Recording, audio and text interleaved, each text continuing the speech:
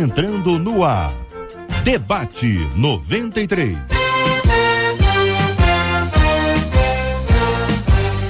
Realização 93 FM. Apresentação J.R. Vargas. Alô, meu irmão. Alô, minha irmã. Aqui fala J.R. Vargas. Estamos de volta, começando aqui mais uma super edição do nosso Debate 93 de hoje, nesta segunda-feira, dia 10 de julho de 2017.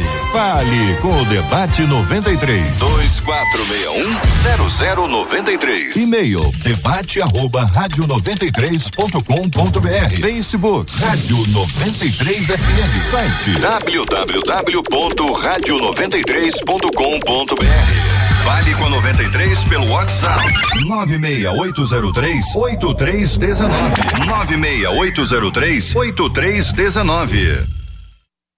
Marcela Bastos, muito bom dia, Marcela. Bom dia, JR, bom dia aos nossos queridos ouvintes, aos nossos amados debatedores. 96803-8319. Você participa com a gente, dando a sua opinião no debate de hoje. Manda por escrito, que a gente vai ter prazer de compartilhar aqui. Agora manda o seu áudio, contando a sua história com o debate, que o JR vai colocar aqui pra tocar.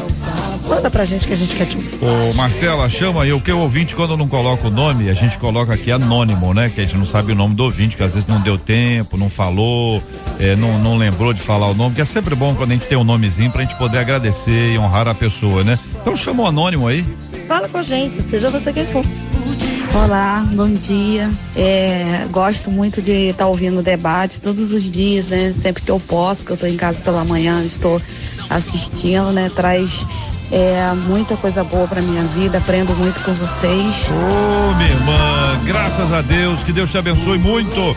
Muito obrigado pelo seu carinho, pela sua audiência, que o Senhor te abençoe cada dia mais, em nome do nosso Senhor e Salvador Jesus. Estamos juntos no Debate 93. Olha aí, minha gente, duas amigas, membros da mesma igreja, estão vivenciando um episódio forte, emocionante. Uma enferma, necessitando da doação de um rim. Outra, saudável, sensível e amorosa, resolveu testar compatibilidade, buscar permissão jurídica e doar um rim. Já viu isso acontecer dentro da igreja? A atitude é encorajadora e revela o quanto o amor verdadeiro ainda está presente nos relacionamentos cristãos. Em Mateus 24, versículo 12, Jesus fala: e por se multiplicar a iniquidade, o amor se esfriará de quase todos. Se fosse possível medir o seu nível de amor pelo próximo, como você estaria, hein? Lá no nível alto? Médio ou lá embaixo, hein? Quero ouvir a sua opinião, ouvinte, com sinceridade, hein? É papo reto e na sinceridade aqui, querido ouvinte. Basta ter um smartphone por perto que a nossa atenção parece diminuir. Embora isso seja quase um consenso quando estamos usando o aparelho, cientistas acabam de descobrir que o problema se repete também, e mesmo quando mantemos o celular desligado. Para os pesquisadores da Universidade do Texas, não se trata disso, mas do fato de que a mera possibilidade de acessar o dispositivo, ainda que desligado, já ocuparia parte de nossa atenção. Como não conseguiam, minha gente, se concentrar tão bem por ter o celular pertinho na hora do exame? As pessoas acabavam apresentando desempenho pior do que aqueles que haviam deixado o aparelho em outra sala, desligado ou em modo silencioso. Você já viveu essa experiência, hein? Dizem que o que não controlamos nos controla. Sinceramente, você se sente controlado pela necessidade de saber o que está chegando no seu telefone? Seu smartphone já roubou a sua atenção durante um culto na igreja, em casa, na direção do carro, numa conversa com alguém? Quero ter aqui a sua opinião e participação no nosso Debate 93 de hoje. Ouvinte contando: JR, eu conheço uma pessoa que antes de se converter, ela foi curada mesmo tendo feito esse pedido a uma imagem. Para mim, quem operou essa cura foi Deus e não a imagem. Estou errado em interpretar assim? Deus curaria por misericórdia, ainda que o clamor não fosse dirigido a ele? Como entender o processo de cura e fé? É agora no Debate 93. Este é o Debate 93, com J.R. Vargas, na 93 FM. Pastor Fábio Nunes, da Primeira Igreja Batista em Agostinho Porto, muito bom dia, seja bem-vindo, meu querido irmão. Que pensa o senhor sobre essa questão que envolve cura e fé? Bom dia, JR, bom dia aos nossos ouvintes, bom dia aos nossos debatedores. É bom retornar aqui e tratar de assuntos pertinentes à nossa fé, como eu fui indagado aqui agora há pouco. Eu entendo que, JR, a fé, ela é o caminho que nós devemos tomar para desenvolver relacionamento com Deus, para perceber, adquirir o conhecimento sobre as coisas de Deus. Eu creio que a fé é o único caminho.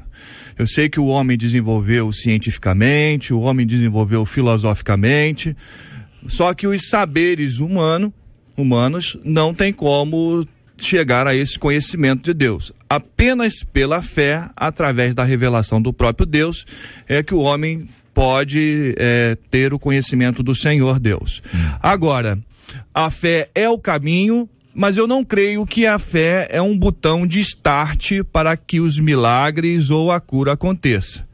Porque eu já vi muita gente cheio de fé não ser curada. Eu entendo que a fé é o caminho, sem fé é impossível agradar a Deus. Aqueles que foram curados foi pelo viés da fé, mas a gente não pode colocar apenas a fé como o fator determinante. A gente precisa entender também que há uma soberania. E Deus cura e Deus não cura. E por fé, a gente caminha com Deus quando Ele cura e quando Ele não cura. Olha, a pastora Daniele Queiroz é a nossa menina da mesa de hoje, é a pastora auxiliar da Igreja Batista Vale de Bênção. Pastora, quero a sua opinião aqui da afirmação de um dos nossos ouvintes. Ele diz o seguinte: olha, Jesus afirmou que o diabo veio para matar, roubar e destruir. Em Tiago, a Bíblia afirma que toda boa dádiva vem do Pai das Luzes, vem do alto. Logo, com base nessas duas passagens, posso interpretar que, e aí vem a interpretação dele, toda cura, restauração procede de Deus e todo mal, destruição procede de Satanás, independente se tal cura ocorreu na doutrina protestante ou não. É a opinião de um dos nossos queridos ouvintes, a quem eu agradeço pela audiência. Bom dia. Bom dia, JR, bom dia, ouvintes, pastores. Muito bom estar aqui mais uma vez e eu quero já apresentar minha opinião sobre o que o nosso ouvinte colocou. A gente vê pela palavra de Deus que os demônios, ok? O inimigo também muitas vezes opera de uma forma que parece ser de bondade. Jesus falou para a gente ficar atento aos falsos profetas. Então, sobre toda a boa dádiva vir de Deus, a gente está num outro contexto. Existem momentos que a gente vai ver o engano, truques com aparência de bondade, mas para tentar desvirtuar a gente do foco. Qual o foco? Glorificar a Deus. Então, nesse sentido, pode haver uma exceção, sim, para vir do outro lado uma aparência de bondade. E eu acredito também que hoje muitas ciências têm estudado, a neurociência tem estudado o poder de alguns fenômenos químicos no nosso organismo, que por nós comunicarmos um pensamento favorável, de fé, podemos tirar do nosso organismo substâncias, hormônios que vão efetuar cura no nosso próprio corpo. Então, nesse sentido, eu acredito que Deus colocou tudo isso em nós e que é possível alguém comunicar. A partir do momento que a pessoa comunica, eu acredito, eu tenho fé, o próprio organismo da pessoa pode ter gerado ali uma química de cura, e nesse sentido Deus está, não no sentido espiritual. Quero ouvir a opinião do reverendo Júnior César, da Igreja Presbiteriana de Coelho Neto. Bom dia, bem-vindo, pastor. Bom dia, JR, bom dia aos nossos ouvintes, aos nossos queridos debatedores também. Eu creio que toda boa dádiva vem de Deus. Eu acho que a gente não tem muita dificuldade em fazer essa afirmação, não é? A dificuldade está em você falar o oposto, você pensar no sofrimento como algo vindo de Deus.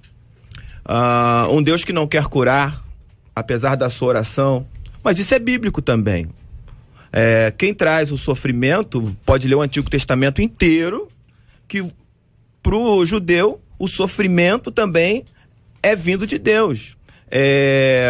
E esse sofrimento vem de acordo com as ações dos homens. Ou seja, Deus usa o sofrimento, e aí a gente vai lá para Tiago, né? Ele usa o sofrimento para nos aperfeiçoar. Mas nós temos que diferenciar sofrimento do que a Bíblia trata como mal, ou seja, como pecado.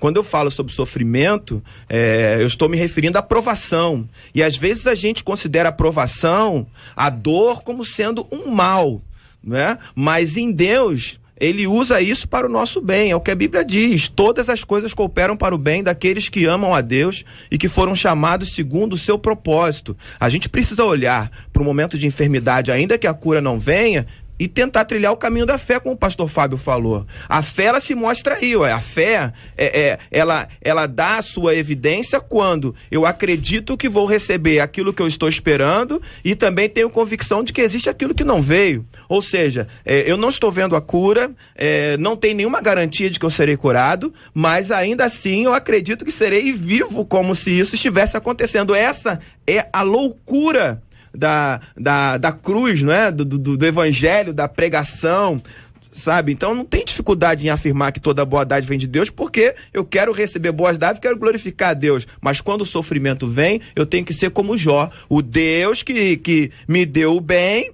né, também me trouxe o mal. Então o Senhor deu, o Senhor tirou, bendito seja o nome do Senhor. O pastor Manassés Loyola, da Igreja Assembleia de Deus em Bairro Brasil, Nova Iguaçu, conosco no debate 93 de hoje também. Pastor, muito bom dia, seja bem-vindo. Como pensa o senhor desse assunto? Bom dia, JR, bom dia aos amigos debatedores, aos ouvintes. Então, eu acho que existe um coro aqui, né? Existe um consenso entre nós. A Bíblia diz que tudo sucede igualmente a todos. O fato de ser crente ou não ser crente, né, uma religião ou outra, não quer dizer, né, que a gente está imune a sofrer ou a não sofrer. O corpo humano, ele é passível, né, de enfrentar esses sofrimentos. Todos nós passamos por isso, seja crente ou não, seja evangélico ou não, né? Então, nós temos que entender que Deus, ele tem a sua soberania, o seu governo próprio. Então ele cura quando ele quer, independentemente se a pessoa teve fé para orar e pedir essa cura ou não. Deus cura quando ele achar que tem que curar. Isso não pode determinar ou exigir que essa cura venha mediante uma oração feita com fé, porque Deus, ele tem um controle e sabe a hora certa de fazer, como também não fazer. Nós temos que entender que Deus é soberano, independentemente fazendo ou não fazendo aquilo que nós pedimos, crendo em oração. Paulo, ele tinha um amigo chamado Trófimo. A Bíblia fala que ele deixou Trófimo doente em Mileto, né? Imagina um apóstolo que possuía dons espirituais na sua vida, como dons de curar, né? E ele é obrigado a deixar um amigo doente, né? Eu acredito que Paulo, antes de sair, antes de viajar, ele orou pelo seu amigo, mas não obteve a resposta da sua oração e deixou seu amigo enfermo. Não quer dizer que Paulo não tinha fé quando pediu para que Trófimo fosse curado, mas também não questionou o fato de Deus não curá-lo. Ele aceitou a vontade de Deus para a vida do seu amigo. Olha, quando o nosso ouvinte traz esse tema aqui, a impressão que me dá, por exemplo, quando ele diz assim, ó, antes de se converter, ela foi curada, né? Mesmo tendo feito esse pedido a uma imagem. A nossa ouvinte entende que o pedido foi feito à imagem, mas quem atendeu foi Deus. Mas não me parece exatamente isso, porque isso daria uma impressão até que essa imagem fez o meio de campo, né? Foi lá e falou assim, olha, Deus, cura aí. Acho que não é isso que a nossa ouvinte traz aqui, embora seja exatamente isso que ela tenha dito aqui, não é? A gente fala sobre a graça de Deus, a misericórdia de Deus, a gente fala sobre um tempo que a gente não tem conhecimento e o termo nem sempre é bem entendido, o termo ignorância não é um bom termo pra gente utilizar em português, porque quando você fala assim, fulano é ignorante, dá a impressão que ele é grosso, né? Que a pessoa que não tem inteligência. Estúpido. Mas é que é estúpido, é que ele ignora a informação. Então olha, eu sou ignorante quanto à física quântica. O que está dizendo? Você não sabe nada de física quântica. Isso. Mas nesse aspecto aqui, quer dizer que a pessoa não tem esta informação ainda, ela ignora, ela não tem o conhecimento do todo, ela conhece apenas em parte, mas a parte que ela conhece é uma parte pequena da parte que a gente sabe.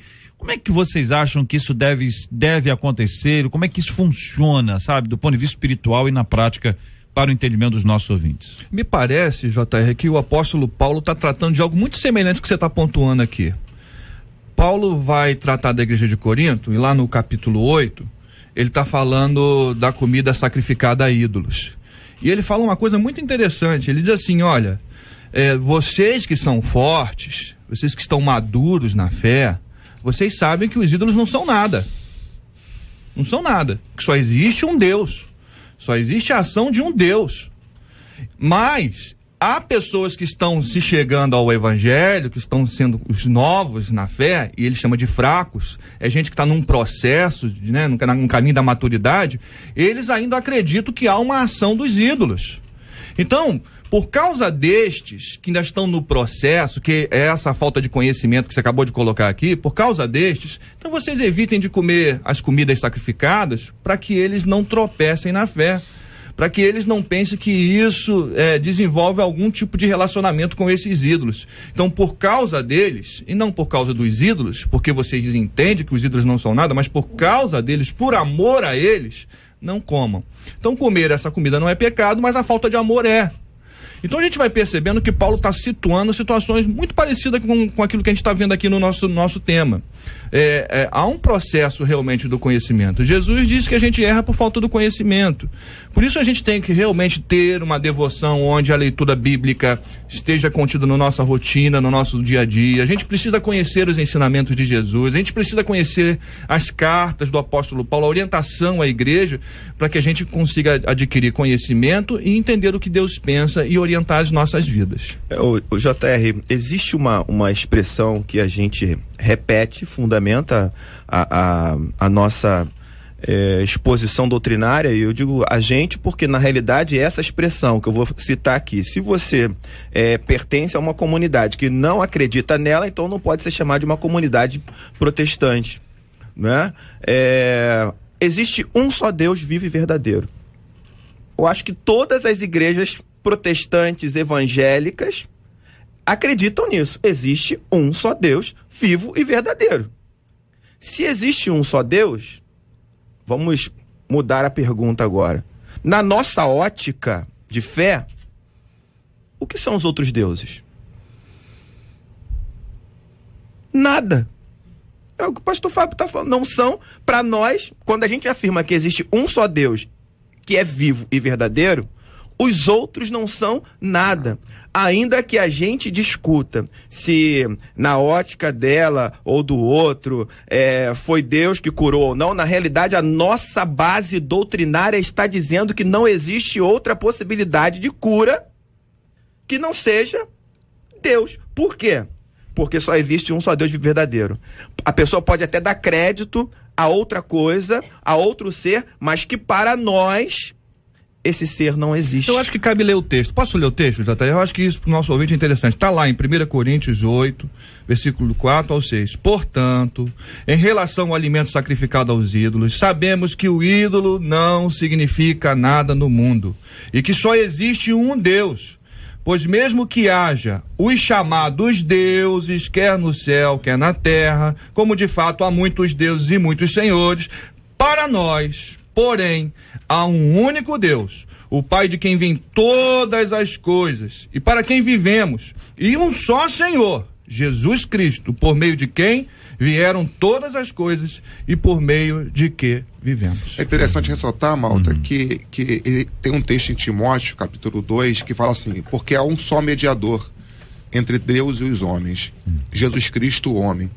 Né? Então, eu não quero acreditar, né, que uma imagem, né, que foi buscada, que foi pedida a ela, tenha esse poder, nunca teve, nunca terá esse poder, até porque já foi, né, falado aqui que quem são os ídolos, né? A questão da fé é uma coisa incrível, por isso é fé, é uma coisa que não se explica com a ciência humana, com a ciência terrena, não tem como explicar, porque Deus que é o doador da fé, e a fé é um agente divino que vem para a nossa vida através da palavra de Deus. Eu não sei se essa pessoa, né, que foi curada segundo a sua amiga, até porque não há uma autenticidade nessa cura, porque quem foi que autenticou essa cura? Ela disse, eu acho que, né, é uma suposição dela, mesmo tendo feito esse pedido a uma imagem, para mim, é para ela. Ela crê que quem operou foi Deus, né? Mas e a pessoa que foi curada? A quem ela atribui essa cura? O que ela fala acerca dessa cura, se é que foi curada? Tem um texto em Mateus capítulo 8, que quando Jesus curou aquele leproso, Jesus disse, agora vai e mostra-te ao sacerdote. Jesus curou aquele homem, o leproso tocou nele, mas mesmo assim não tira do sacerdote, né, a autoridade dele vaticinado, ele dá legitimidade àquela cura. Ou seja, Jesus, ele recorre a um líder espiritual daquele tempo, vai lá, mostra ele e vê o que ele diz disso. Ou seja, Jesus, ele vai dar uma ênfase interessante, que sempre haverá pessoas, né, que serão capazes de administrar se houve uma cura ou não, porque tem que entender esse lado. E nesse caso especificamente, o sacerdote era quem dizia que o leproso estava leproso. Isso. E que tinha que sair do meio da comunidade, ir para fora, e era o próprio, depois, quem deveria dizer, está curado, está ressocializado. Isso aí. Então o processo é um processo lindo que Jesus Cristo faz, além da cura física, a cura emocional, diz assim: você agora será ressocializado. Exatamente. Você está de volta à vida, meu querido, de volta à família, de volta aos seus amigos, que é um processo importante. Pastora Dani. Sim. Eu acredito que sobre a questão das imagens, todos nós concordamos, obviamente, que o único que tem poder de curar é o Senhor, e a glória é dele, o mediador é Cristo somente. O que me intriga é que a nossa ouvinte aqui do e-mail, ela acha que Deus curou, e o fato é que houve uma cura e que quem foi curado orou a uma imagem. Então eu acredito que esse bolo aí é que precisa ser bem assim delineado para haver um esclarecimento sobre o seguinte: há uma cura, ok? Há uma cura. A gente sabe, a gente crê na nossa fé cristã protestante que os ídolos não operaram essa cura. Então quem está por trás dessa cura? Aí vem a questão, né? Eu penso em duas teses. Ou essa cura foi por meio de uma fé natural. Quem foi até a imagem creu de tal maneira, empenhou uma força, enfim, que aquilo liberou sobre o seu organismo poder, uma química positiva. Eu não tenho profundidade na neurociência, na física quântica, estou começando a pesquisar isso, enfim. Mas a gente sabe que isso é possível, tanto que a palavra de Deus fala para a gente renovar o nosso pensamento, para a gente profetizar palavras de vitórias, enfim, a gente sabe que isso cria um ambiente positivo ao nosso redor quando a gente libera palavras saudáveis. E o outro caminho seria realmente um espírito enganador para tentar ludibriar a fé dessa pessoa, dispersando ela do foco que é Cristo. Então eu penso que isso precisa realmente ser pontuado para que haja um esclarecimento para o nosso ouvinte. Muito bem, então estamos aqui diante de um consenso aqui num determinado ponto de que de fato quem promove a cura é Deus, e às vezes a pessoa está orando, mas não sabe que tem outra pessoa também orando com o mesmo objetivo, pela mesma cura. O ouvinte aqui conta de que a mãe dela orava para a cura e a avó dela também orava pela cura. Durante muito tempo a mãe atribuiu a alguém a cura da sua filha. Quando foi esclarecida espiritualmente, identificou que não foi exatamente isso, porque havia a sua avó também intercedendo na mesma linha como nós temos hoje, que é o que a gente está observando, é que quando a gente recorre a Deus e Deus responde, a gente deve dar glória a Deus, né? Isso. Atribuir a Deus, reconhecer a mão de Deus, reconhecer o feito de Deus, é tudo aquilo que a gente chama de gratidão num mundo de tanta ingratidão. E a Bíblia nos encoraja a dizer: render graças ao Senhor porque Ele é bom, e vai nos ajudando a identificar pontos, fases, momentos na nossa vida pra gente agradecer a Deus, reconhecer boa mão de Deus, graça do Senhor, misericórdia de Deus sobre a nossa vida. Então, em todo o tempo, ainda que você, ouvinte, tenha vivido uma experiência diferente dessa, é bom você reconhecer que a graça divina, ela só é operada por Deus, por isso ela é divina. A cura divina, ela só é operada por Deus, por isso ela é divina. Todos nós somos intercessores, todos nós clamamos a Deus pela vida de alguém, mas não vai ser a oração do pastor que vai curar. É um perigo muito grande a gente atribuir ao homem aquilo que é dado a Deus. Ou diz que não, aquela igreja, aquelas pessoas, aquele povo, essas pessoas oraram. Quando as pessoas oram, elas alimentam a nossa fé. Isso. Porque nós estamos vendo que elas estão intercedendo. Isso fortalece a nossa fé. Mas a cura é divina. A obra é de Deus. Não atribua a quem quer que seja aquilo que é de Deus. Ao homem, à mulher, a uma imagem ou a quem quer que seja. Perfeito, J.R. Foi um ponto muito, muito bem esclarecido, até porque a carta de Tiago vai dizer né? É sobre a oração da fé. A oração da fé salvará o doente. Porque pode ter essa questão da fé dessa pessoa estar alicerçada em um culto a uma imagem, mas paralelamente a isso, tem outras pessoas, né, orando e clamando, e por conta da fé dessas outras pessoas, Deus está operando um milagre na vida delas. Tem um texto no livro dos Salmos, Salmo 116, que eu gosto muito, que é o Salmo da Ação de Graças, que fala assim: ama ao Senhor, porque ele ouviu a minha voz e as minhas súplicas, se inclinou para mim com os seus ouvidos, portanto, invocá-lo-ei enquanto viver. Aí ele vai contar a situação que ele vivenciou na sua vida pessoal. Ele vai dizer assim: laços de morte me cercaram, e angústias do inferno se apoderaram de mim, encontrou aperto e tristeza. O salmista aqui é alguém que fala de uma enfermidade, de uma doença, que iria culminar na sua própria morte, mas quando ele se lembra de Deus e ora ao Senhor, essa situação é convertida. Então ele vai dizer agora que ele invocaria ele enquanto ele vivesse. Ou seja, uma situação terrível, e que ele tem a sua mente recobrada, passa a clamar a Deus, invocar a Deus, e Deus lhe responde e lhe levanta da cama. Então ele vai dizer: enquanto eu viver agora, eu vou invocar a este Deus, o Deus que me curou. Eu vejo um retrocesso, JR. Você pontuou uma coisa que é importantíssima. Na Idade Média há um tripé sobre a fé. O tripé baseava-se no sacerdote, no templo e no sacramento ou no rito, né? Isso na Idade Média. A igreja estava nisso aí. Nós não cremos assim. Nós cremos que o sacerdócio é universal. Isso quer dizer, todos nós temos acesso ao Senhor. Você pode orar em casa, você deve ter relacionamento com Deus, não necessariamente restrito ao templo, mas você pode acordar pela manhã e tomar aquele café com o Senhor Jesus, chama ele para sentar à mesa, está presente, você tem acesso, a sua oração será ouvida, assim como é ouvida a oração do pastor, e nós não necessitamos mais dos ritos, a gente não necessita mais dos objetos, não está mais baseado no rito, agora é no relacionamento com Deus. Eu sei que isso quebra o poder de muita gente, porque eu sei que eu não preciso do pastor Fábio, eu posso falar com Deus. Não necessariamente Deus vai só atuar naquele local ou naquele templo, mas Deus vai atuar na vida. E é baseado no relacionamento que eu desenvolvo com Deus. JR,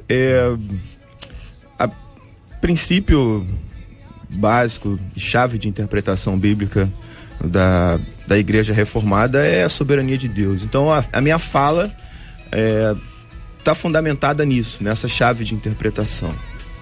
Quando eu percebo que duas pessoas que ignoram a verdade vão até a mesma imagem e pedem uma cura, uma é curada e a outra não, eu vejo que existe alguém que é soberano por trás.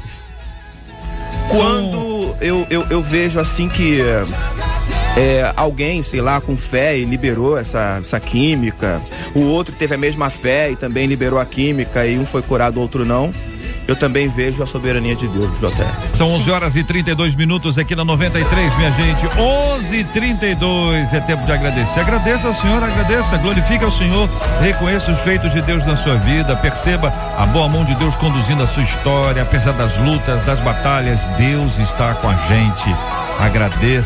Agradeça, reconheça, ouvinte amado.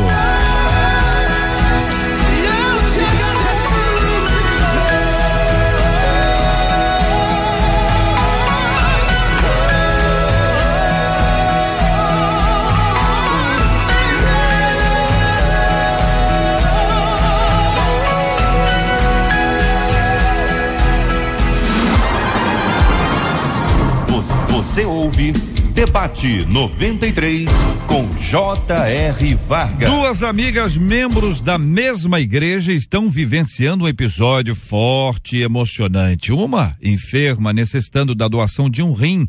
Outra saudável, sensível e amorosa, resolveu testar compatibilidade, buscar permissão jurídica e doar um rim. Já viu isso acontecer dentro da igreja? A atitude é encorajadora e revela o quanto o amor verdadeiro ainda está presente nos relacionamentos cristãos. Em Mateus 24:12, Jesus fala: e por se multiplicar a iniquidade, o amor se esfriará de quase todos. Se fosse possível medir o seu nível de amor, ouvinte, amor pelo próximo, ouvinte, como você estaria? Nível alto, nível médio ou nível baixinho? Conta para mim, ouvinte. Vou começar ouvindo os nossos queridos debatedores. Bom, eu particularmente, na igreja que eu congrego já há 24 anos, eu nunca vi algo parecido com isso, né? Já ouvi histórias, né, em outros lugares, mas eu acho isso aqui uma grande demonstração de amor, sabe? Uma clara demonstração de afeto, de amor, né, pelo próximo, né? Porque a Bíblia diz que nós devemos amar o próximo como a nós mesmos. Eu acredito o seguinte, né? Se fosse ao contrário, provavelmente também essa pessoa iria receber uma doação. Enfim, eu quero crer assim, porque a mesma disposição, a mesma alegria, a mesma satisfação que essa amiga teve de testar a compatibilidade, né, e ver que realmente ela poderia doar e vai buscar amparo jurídico para que isso aconteça no campo da legal da coisa, eu vejo Deus agindo. Isso aqui também é uma forma de Deus curar alguém, né? Deus poderia intervir, curar essa pessoa que esse problema de rins, mas usou uma amiga para fazer isso aqui. Até nisso eu vejo a mão de Deus e prova que por mais que o amor esteja se esfriando na vida de muita gente, né, existem pessoas ainda dispostas a amar e amando, dar de si mesmo a alguém para que a pessoa continue vivendo. Tem um texto que fala assim, acho que é em João capítulo 13, e fala que ninguém tem maior amor do que esse, de dar a sua vida pela vida de alguém. Então essa moça, ela testa positivo para doação e resolve fazer isso, né? Então eu vejo isso aqui como uma prova, né, clara demais que Deus está nessa causa aqui. Eu presenciei algo parecido, né? Ainda que tenha sido relatado. Tem um presbítero muito amado, né, da igreja que eu pastoreava, que já faleceu, e ele teve uma vida assim muito sofrida, muitos anos lutando, né, com problemas renais, fazendo hemodiálise, e ele me relatou chorando uma vez que um dos adolescentes na época da igreja, sabendo da situação dele, tinha testado a compatibilidade, mas não conseguiu. E quando não conseguiu, esse adolescente chorou por não poder doar o rim para ele. E nem da família era, sabe? E ele me relatou isso com lágrimas nos olhos, né, falando do amor que esse adolescente tinha demonstrado, querendo doar o rim para ele. Essas coisas acontecem, são inexplicáveis, mas acontece, é o amor de Deus nos nossos corações. Esse ato de entrega, a referência é sempre o Cristo, nosso Senhor Jesus. E esses exemplos são exemplos muito fortes. Mas eu creio que existem coisas que podem ser feitas com mais simplicidade. Por exemplo, se cadastrar para doar a medula óssea. É uma coisa que eu acho que a igreja em peso deveria fazer. Vou lá deixar o exame da medula, porque se tiver alguém no mundo que precisar, né, da minha medula para poder sobreviver, eu me coloco à disposição. Isso é um ato de amor. A gente pode ter uma campanha de doação de sangue rotineira na igreja, né? O INCA manda o ônibus, enche lá aquele ônibus, leva o pessoal, faça a campanha. Eu acho que a gente não precisa chegar em situações tão extremas, belas, como esse exemplo, mas existem coisas simples que a sociedade clama e que a igreja pode ser atuante. Ouvinte dizendo, JR, nos dias de hoje é muito difícil colocar em prática o amor ao próximo, mas tento ao máximo fazer o melhor. Acabei de me formar em enfermagem, amo o que faço, acho que estou no nível médio de amor. Preciso melhorar muito, diz aqui a nossa ouvinte. É fundamental a gente considerar que amor é uma decisão. Muitas vezes a gente percebe, principalmente na nossa cultura, que é muito amistosa, né? Muito calorosa. O brasileiro tem essa coisa. Então as pessoas esperam muito sentir. Né? Se eu sentir, eu vou ajudar. Se eu sentir, eu vou ofertar para a campanha do quilo. Eu já vi uma cena absurda. A irmã, né? Eu soube essa história. Na verdade, eu não vi, eu ouvi dizer. A irmã deu um lembrete sobre a campanha do quilo. E o cidadão que recebeu disse, eu vou orar para ver se Deus vai deixar eu doar este quilo de feijão. Então, assim, seria cômico se não fosse trágico. E a gente tem que se desprender dessa coisa do sentir.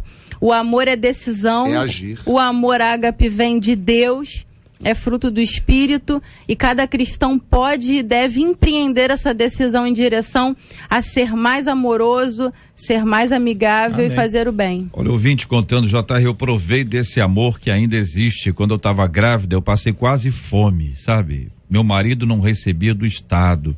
Estávamos numa situação horrível. Pessoas da minha igreja que eu conheço e que eu nem conhecia, e até hoje eu não sei quem foram as pessoas, doaram tudo que minha filha tem hoje. Até R$2.000 eu ganhei de uma vez só. Ganhei um enxoval, alimentos, e sei que se não fosse o amor deles, eu não teria nada para minha filha. Conta aqui uma de nossas queridas ouvintes, aqui eu quero agradecer pela palavra. Olha, a ouvinte dizendo, do meu ponto de vista, o amor ao próximo está alto, e agradeço ao Senhor por me dar esse dom, e confesso que há momentos que dói amar, porque eu amo e perdoo quem me fere ou quem me feriu. Conta aqui uma querida ouvinte, eu agradeço aqui. Olha, confesso que eu teria tal atitude, que é a doação de um órgão, né? No caso o rim, com um dos meus 3 irmãos que ainda me restam. Conta aqui uma querida ouvinte. Outro dizendo aqui, tem um amigo no Rio Grande do Sul que por compaixão e amor doou um dos seus rins, por amor, para uma pessoa da igreja. A pessoa melhorou e 2 anos depois foi ele quem ficou com insuficiência renal. Eu acho interessante, JR, que existe um conceito no coração de muita gente, eu até atribuo isso a certa mediocridade, que as pessoas hoje, elas inverteram um conceito divino, quer receber primeiro para depois de dar. Ou seja, e se eu fizer e ninguém fizer por mim? Então existe aquela cautela, aquele medo de que se eu fizer e ninguém fizer por mim, eu vou ficar no prejuízo. Jesus fala bem ao contrário. Se a nossa justiça ela não exceder dos escribas e fariseus, com esse pensamento medíocre, pobre, do receber primeiro, nós nunca entraremos no reino dos céus. Ele fala que é melhor dar do que receber. Porque quem dá, exatamente. Mateus 7:12 diz: tudo quanto, pois, quereis que os homens vos façam, assim fazei-o vós também a eles, porque esta é a lei dos profetas. Ou seja, se eu quero, então eu vou começar a fazer também. É a ética de Cristo. É a ética de Cristo, né? É o dar primeiro. Aqui o ouvinte dizendo, olha, JR, fala baixinho. Então tá bom. Tem um irmão da igreja que eu apoiei ele, sabe? Muito mais difícil da vida dele, JR. Cheguei a quase dormir na casa dele, tanto que eu conversava com ele. Sabe o que ele faz hoje? Hoje ele fala mal de mim pelas costas pro pastor. Já tive que esclarecer as coisas para mostrar ao pastor que eu estava falando a verdade, e ele termina dizendo: amor ao próximo é meio complicado. Não é o amor ao próximo, as pessoas são complicadas, né? Há pessoas que realmente são ingratas, há pessoas que são agradecidas, a gente não faz para receber, né? Como foi dito aqui, porque tem gente que não reconhece. Tem gente que não reconhece. Vamos lá. Sim. Você emprestou o dinheiro para a pessoa, chamou a pessoa para almoçar, levou a pessoa numa viagem, aí a pessoa pediu o dinheiro emprestado outra vez e disse: agora eu não posso. Ah, é? Você não vai me emprestar? Né? Aí começa uma briga, você, mas peraí, eu já te emprestei, levei você numa viagem, você almoçou lá em casa, nada valeu, porque as pessoas são absolutamente ingratas. Essa é a maravilha do amor de Deus. Jesus diz que nós temos que amar uns aos outros como ele nos amou. Então, ele providenciou tudo para mim. Ele é quem mantém a minha vida. Eu cheguei aqui nesse mundo sem nada e tudo que eu tenho foi Deus que me concedeu, e ainda assim eu sou ingrato. De vez em quando eu não quero falar com ele, de vez em quando eu não quero me aproximar, de vez em quando eu falo mal dele com as minhas ações, mas ainda assim ele me ama. Imagina, Júnior, se Jesus resolvesse não ir pra cruz, tá entendendo? Por causa das nossas indiferenças e a nossa ingratidão. Ele me ama, então eu olho pra isso e eu vejo, cara, se eu estou no lugar contrário, eu estou no lugar desse amigo do ouvinte aí, ou ex-amigo, não sei, que é ingrato. E mesmo sendo assim, Deus, ele continua me amando, ele continua fazendo. Cumpriu o plano dele. E no livro de Hebreus está escrito que, embora sendo filho, Jesus aprendeu a obediência pelas coisas que ele sofreu. Então, a gente imaginar que na condição de discípulos dele, não passaremos pelos sofrimentos que ele passou? Ele foi traído, ele foi cuspido, ele foi envergonhado, enfim. Jesus sofreu o ápice do sofrimento. Da ingratidão foi. Da ingratidão. Então, quanto mais nós, né? Quanto mais nós passaremos também, e é exatamente aí que temos a oportunidade de manifestar o caráter do amor de Cristo, decidirmos sermos amorosos. Agora, quando a Bíblia diz, né, Jesus traz isso em Mateus 24:12, por se multiplicar a iniquidade, o amor se esfriará de quase todos, é um retrato que vira e mexe a gente tem ouvido e tem falado e tem compartilhado a respeito. Evidentemente a gente sabe que a iniquidade tem se multiplicado, a gente vive dias difíceis no Brasil, no nosso estado aqui, dias dificílimos, onde a maldade ela parece assim proliferar, multiplicar, ela realmente está aumentando muito e parece que é um contraponto, né? Quanto mais o amor esfria, mais a maldade, o ódio se multiplica. E Cristo fala que o amor de quase todos, então parece, mas não de todos, que existe um remanescente aí que olha, se não for a igreja, eu não sei de onde vem. É o coração das pessoas hoje estão no pé. Vê um caso recente agora no sábado, né, a partida de futebol, é uma coisa absurda, a gente não consegue mais entender, a gente não consegue mais ter aquela perspectiva de que alguma coisa vai mudar para melhor, porque a gente já caminha, a gente já anda, já enfim, com o pensamento de que a qualquer momento alguma coisa ruim pode acontecer. É um medo que toma conta da nossa vida. A maldade está em todos os aspectos, né? Em todos os aspectos. O camarada vai para um estádio para brigar. Entendeu? Não cabe na razão, nem humana. Não, e se fosse um final de campeonato, né? Uma coisa assim, não dá, enfim, não. É terrível, né? O coração das pessoas estão na sola do pé, né? As pessoas não têm mais sentido. Eu sou crítico em relação a uma coisa, assim, sem querer polemizar muito, mas só citar para desabafar mesmo. Confessa, vai lá. Eu não consigo entender esse negócio de num bairro sair de 10 igrejas para 50, 60 e a violência aumentar. Eu não consigo entender isso. Se a igreja está crescendo numa localidade, não pode a violência aumentar. Se as pessoas estão se convertendo, de fato, a violência tem que diminuir. Por que aumenta? Eu não consigo entender. A gente, às vezes, sai num lugar, vai numa rua, 10, 20, 30 igrejas. Mas é a obra. Entendeu? Não é a obra que deveria ser feita realmente para chegar nesse nível. Então, mas é isso que eu estou dizendo. Eu acho que a gente talvez esteja falhando no processo. Até porque muitas igrejas abrem, desculpa, pastor. Sim. Por motivos de rebelião. Com a motivação errada. Com a motivação tem crescimento. errada. Mas eu penso, Júnior, eu penso que quem vai resolver o mundo é o Cristo. Quando o reino foi estabelecido de forma plena. A igreja, hoje, ela tem um papel de sinalizar este reino. A igreja não vai resolver o problema do mundo. Entenda bem.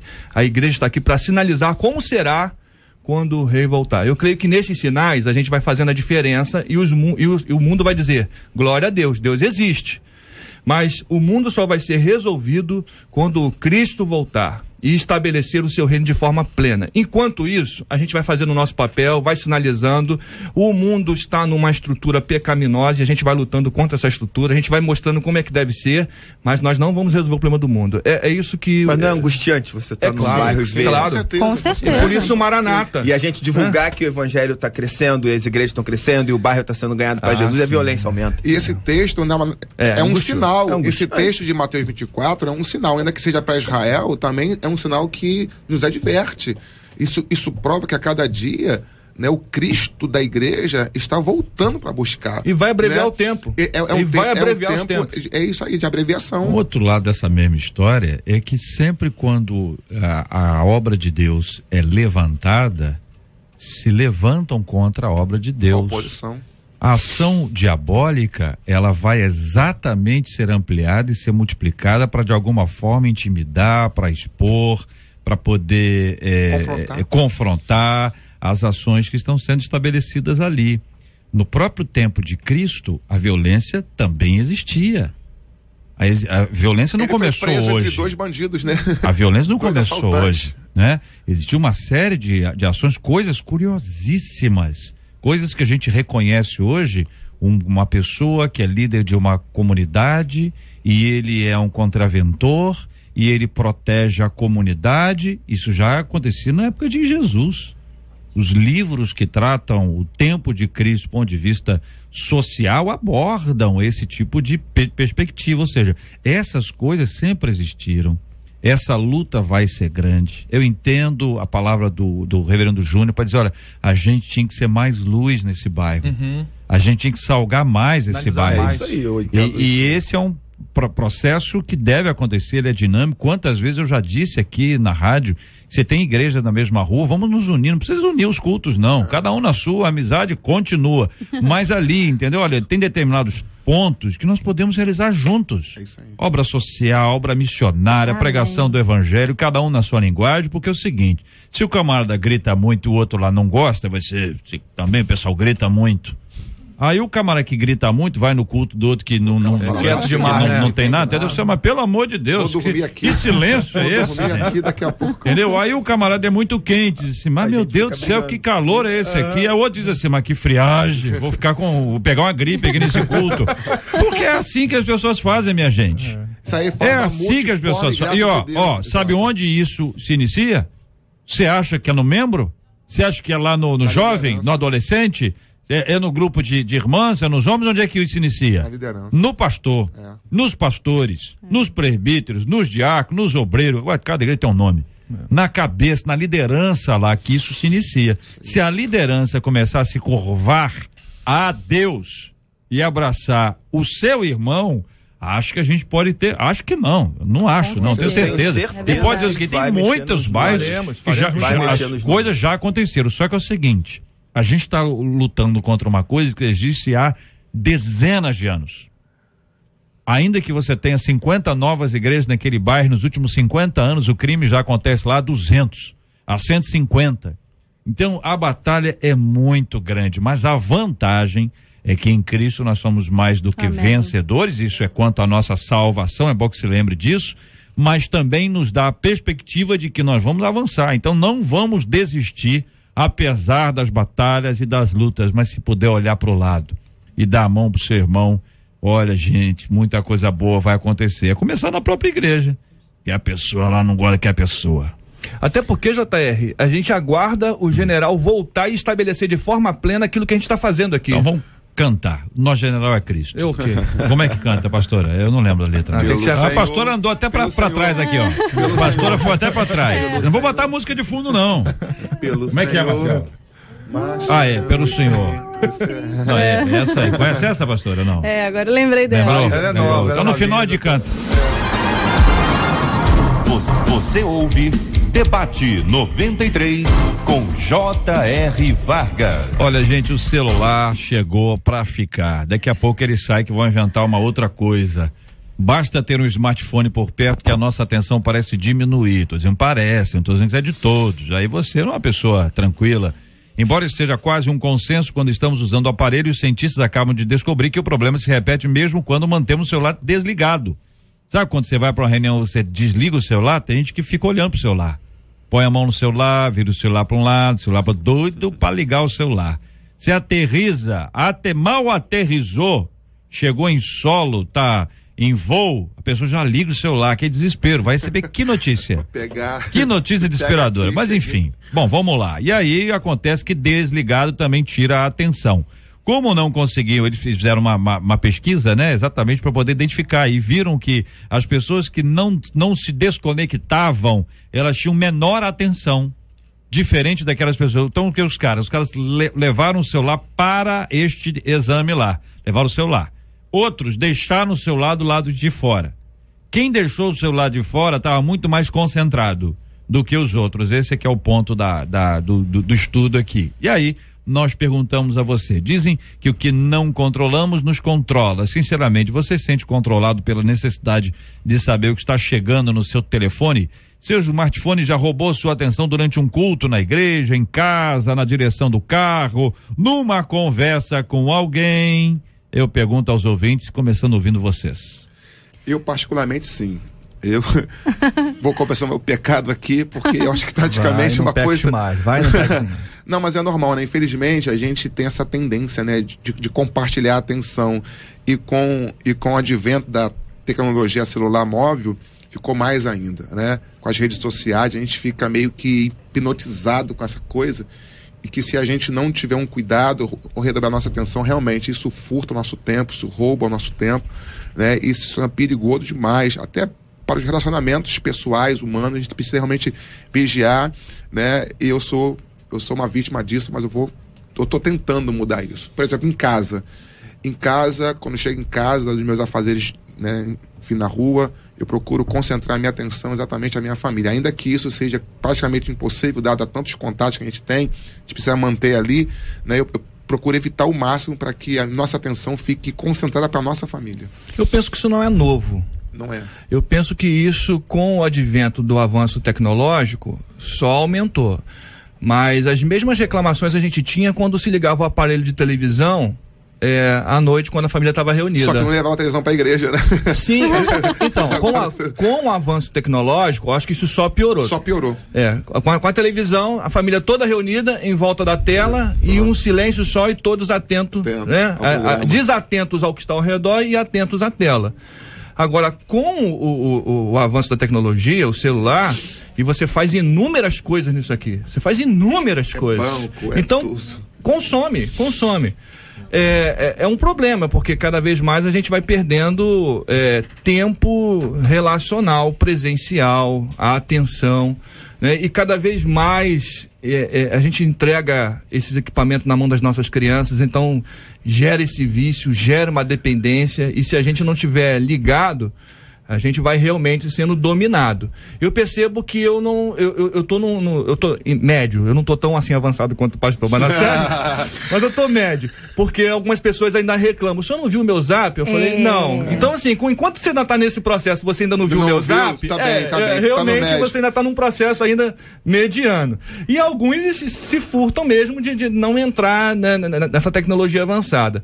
Agora, a gente precisa se dominar. Uma das características do fruto do Espírito é o domínio próprio. Olha aqui um ouvinte dizendo, JR, sábado eu estava no Uber e o motorista tinha acabado de falar que estava cheio de dívida, sabe? Que não podia bater. Aí quando ele parou num sinal, ele pegou o sinal é terrível.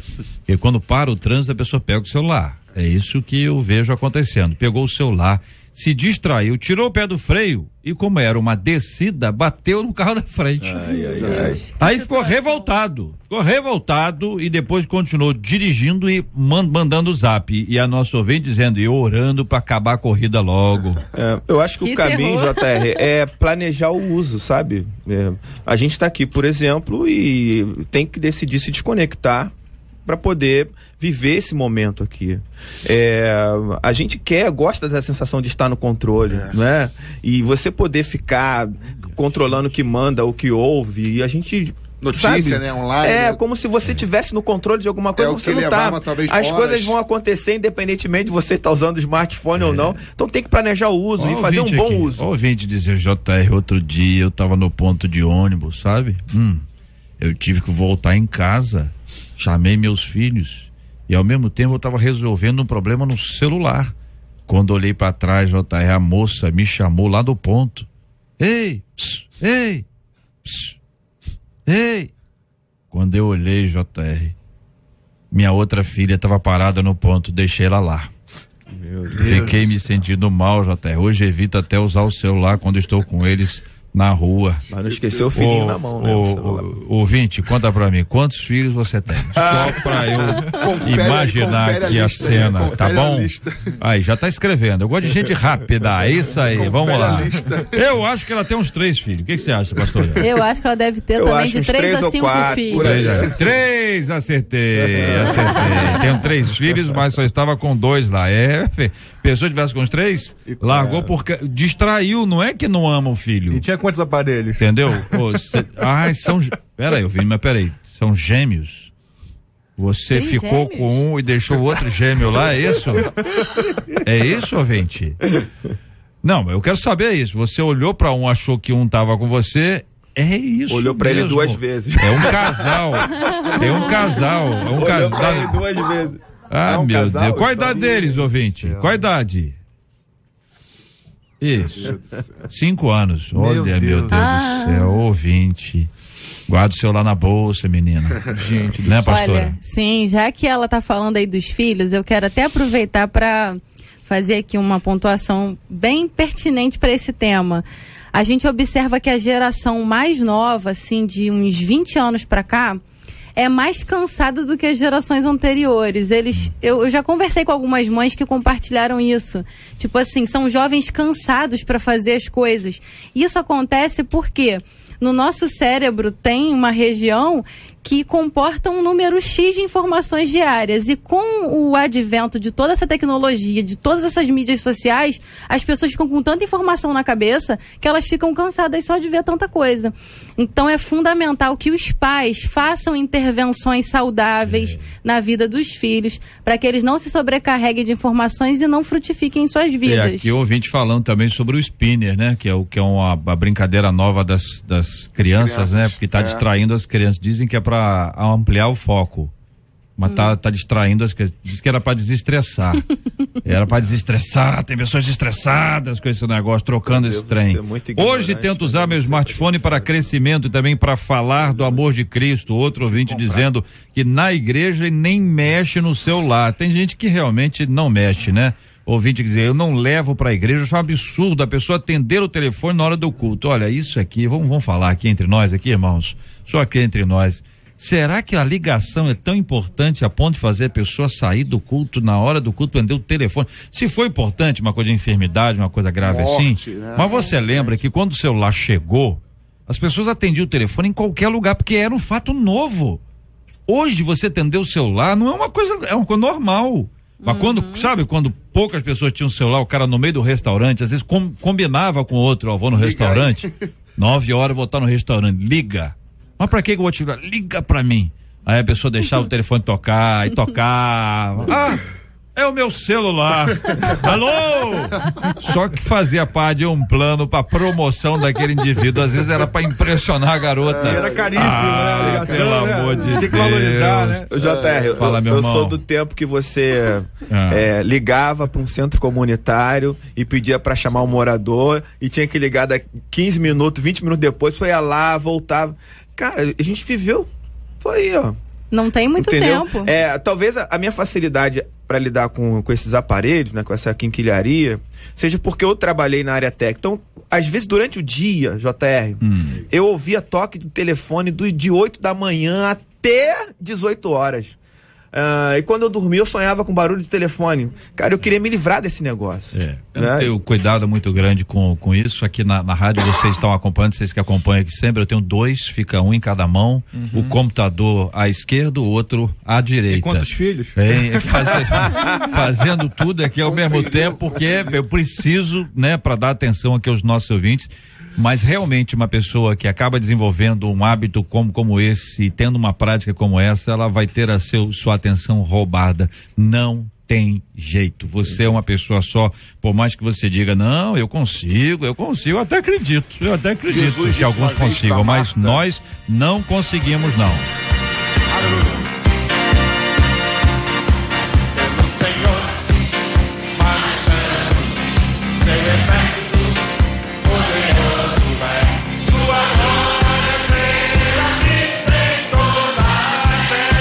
Olha aí, dos tempos da Comunidade da Graça, o pastor Ademar cantando, olha que maravilha, benção pura. JR, acabei de me distrair com o celular, estava enchendo o tanque, esqueci, resultado, a cozinha tá cheia de água. Ei, ouvinte, vou nem dizer seu nome, menina, que Deus te abençoe aí, agora pega o rodo, pega aquele pano de chão, vai, tem jeito, vai ouvindo aí, vai cantando, adorando ao Senhor, que tá chegando o nosso querido Círio Gonçalves para uma caravana maravilhosa, uma caravana 93, já aqui na nossa 93 FM, agradecidos a vocês pelo carinho, pela audiência, e a vocês, seguinte, a gente continua com aquele encorajamento, quando você encontrar um policial, diga para ele que o Senhor te abençoe e te guarde. Se você passar por um carro da polícia, ore, peça, Senhor, abençoe aquele carro, aquelas pessoas que ali estão. Se a sua igreja for perto de um batalhão, você organiza isso de uma forma que você possa ir lá orar com as pessoas, sem pedir nada em troca. É tempo de declarar, de abençoar, de que o Senhor te abençoe e te guarde, Quero agradecer porque eu já tenho, nós temos recebido aqui contato de várias pessoas, têm multiplicado isso e nós louvamos a Deus pelo carinho dos nossos ouvintes, pela participação de cada um deles com a gente aqui também no Debate 93. Muito obrigado, pastor Fábio Nunes, um abraço, irmão. Eu que agradeço, JR, esta semana a gente completa 80 anos lá. Parabéns, que parece novo, eu achei que o senhor tinha menos. Nós somos velhinhos bem conservados. O senhor está muito bem, pastor. Obrigado. O senhor está muito bem. 80 anos de caminhada ali em Agostinho Porto, dia 15, sábado e domingo, às 18 horas, a gente vai estar celebrando ao Senhor esses 80 anos e tudo que Deus tem feito ali através da história desta igreja. Maravilha, muito obrigado, pastora Daniele Queiroz. Eu que agradeço, JR, é sempre uma bênção estar aqui. Um beijo para todos os nossos ouvintes, para todo o povo de Deus da Vale de Bênção, a igreja que eu congrego. Maravilha, muito obrigado, reverendo Júnior César. Obrigado, JR, um abraço a todos os irmãos da Igreja Presbiteriana de Coelho Neto, a minha esposa e meus familiares também. Maravilha, muito obrigado, pastor Manassés Loyola. Valeu, JR Vargas, é um prazer sempre enorme poder estar aqui, compartilhar de momentos maravilhosos como esse, aprender, de certa forma também contribuir para o ensinamento de muita gente. Agradecer pela vida dos meus pastores, pastor Alessandro Malafaia, Aline Malafaia, minha esposa, irmã Sheila, a Karen, o Abner, pessoas que eu amo muito, o bispo Sérgio Nonato, que é meu maior incentivador, né, tá me ouvindo nessa hora, nos ouvindo nessa hora, minha mãe, enfim, os amigos que estão nos assistindo. Maravilha. Vamos orar juntos nessa hora, apresentando diante de Deus as nossas causas, os nossos temas do programa de hoje, e vamos continuar orando como nós temos orado todos os dias, pela cura dos enfermos e pelo consolo aos corações enlutados, e sempre dê glória a Deus. Vamos orar também pela igreja do pastor Fábio Nunes, da primeira igreja batista em Agostinho Porto, que Deus continue abençoando essa igreja nesses 80 anos de caminhada abençoada na presença do Senhor. Reverendo Júnior, por gentileza, ore conosco. Senhor, como é bom estar aqui e poder compartilhar com os irmãos, com todos os ouvintes, aquilo que o Senhor tem falado aos nossos corações. Eu te peço, ó Pai, que o Senhor abençoe todas as pessoas que estão nesse momento com seus olhos fechados, ouvindo essa oração e pedindo ao Senhor que o Senhor venha restaurar vidas. Agradeço também, Senhor, pela igreja do pastor Fábio, que essa celebração para sua honra e glória seja uma bênção e edifique a todos que ali estiverem. Que essa igreja continue sendo luz aonde ela estiver. E que o Senhor continue usando esse debate para poder iluminar e edificar vidas. Em nome de Jesus. Que Deus te abençoe. Você acabou de ouvir Debate 93.